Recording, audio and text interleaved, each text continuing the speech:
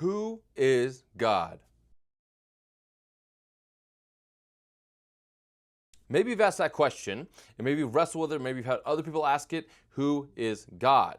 All right, now we're going to be dealing with that today in these next few videos. And the most basic way to start is, how do we know someone is first, what is their name? All right, I know it sounds so basic. When you think of people in your life, you need to start off with knowing their name. Then when you meet new people, you start, hey, my name is, and then you meet them.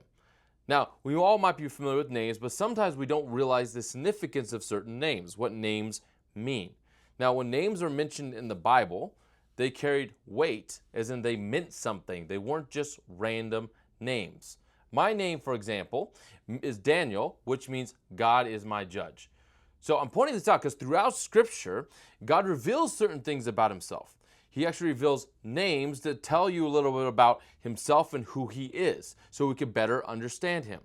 These names or titles that he shows about himself are not just random, but they're significant. They carry meaning, they carry power, they carry purpose. So what we're going to be looking at each video is one specific thing God reveals about himself so we can better understand who he is. When it comes to understanding God, we have to let God define and tell us who he is.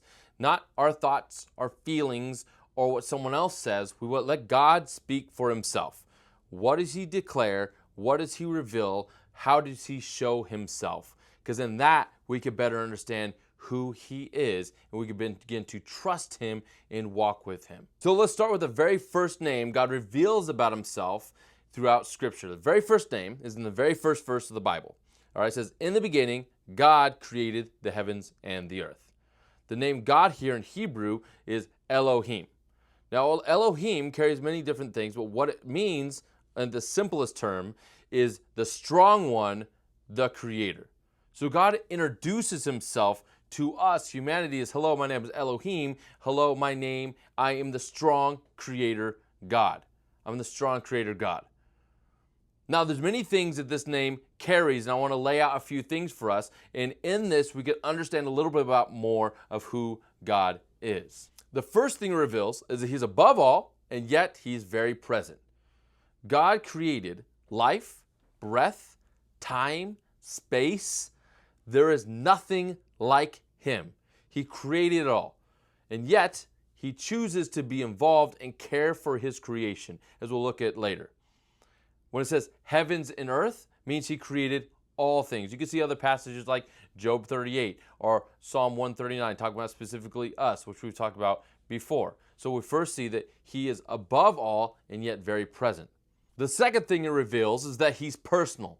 God did not just create and then just let it be, kind of this idea of spinning the top and just let life happen. No, he was personally involved in all aspects of creation. You keep reading the creation narrative. He spoke things in. It says, God said, God saw, God separated, God called. These are very personal interactions that God is doing. This is not a God that's detached and uncaring for his creation. He's the one that is above all, created all things, but is personal and involved with his creation. Next, as I've already mentioned, it notes that he is creator. Let me read a few verses for you. This is Psalm 33, verse 6. It says, by the word of the Lord, the heavens were made, their starry hosts by the breath of his mouth. It's pretty powerful. A few verses later, 33, verse 9, it says, for he spoke, and it came to be. He commanded, and it stood still. Isaiah 42, verse 5 says, thus says God the Lord, who created the heavens and stretched them out, who spread out the earth and what came from it, who gives breath to the people on it, and the spirit to those who walk in it. One last verse, Hebrews 11, verse 3. By faith we understand that the universe was formed at God's command, so that what was seen was not made out of what was visible. All right, so this is all pointing to, and there's many other passages through Scripture, that God created and spoke things into being. Now, we humanity, we do not create. Now, we form, meaning we use things and form things, but we use material things that are already there. Elohim, God on the other hand, created out of nothing. God alone created, that he created all things. He created out of nothing. He called things that didn't exist to exist. He did this by speaking. This is who he is, that God created out of nothing. We cannot do that. That is God alone. The last thing I want to point out from this creation narrative is God is restorer. God could bring life where there was no life. God could bring light where there was only darkness.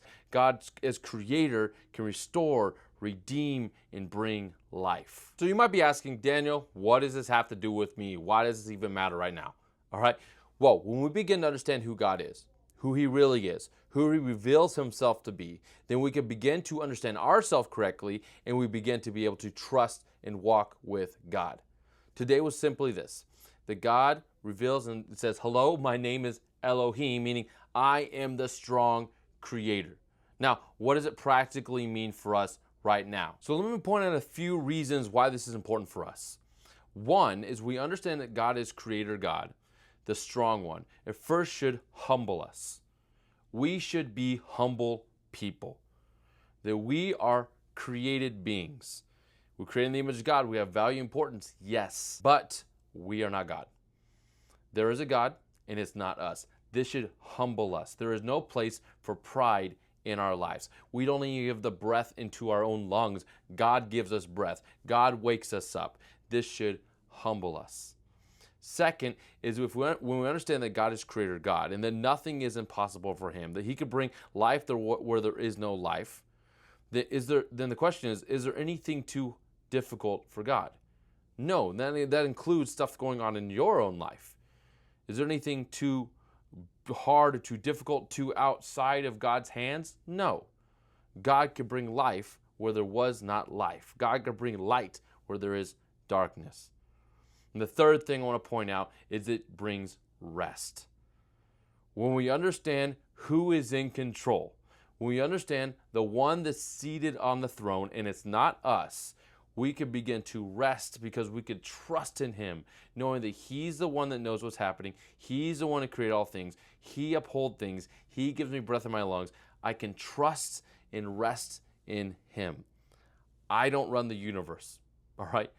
I barely run much of anything. He kind of like, I need him, and we begin to rest in him. So I hope this is encouraging for you guys today and challenging for us.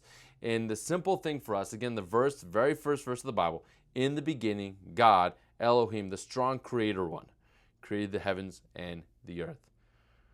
That he is in control of all things. That he created and spoke life. That he brought life where there was no life. That there is no one like him. I pray that this will begin to help you trust him. To begin to help you rely on him. Begin to help you rest in him and humble us and cause us to worship him because he alone is worthy of worship. Well, I hope that helps. I'll see you guys next time.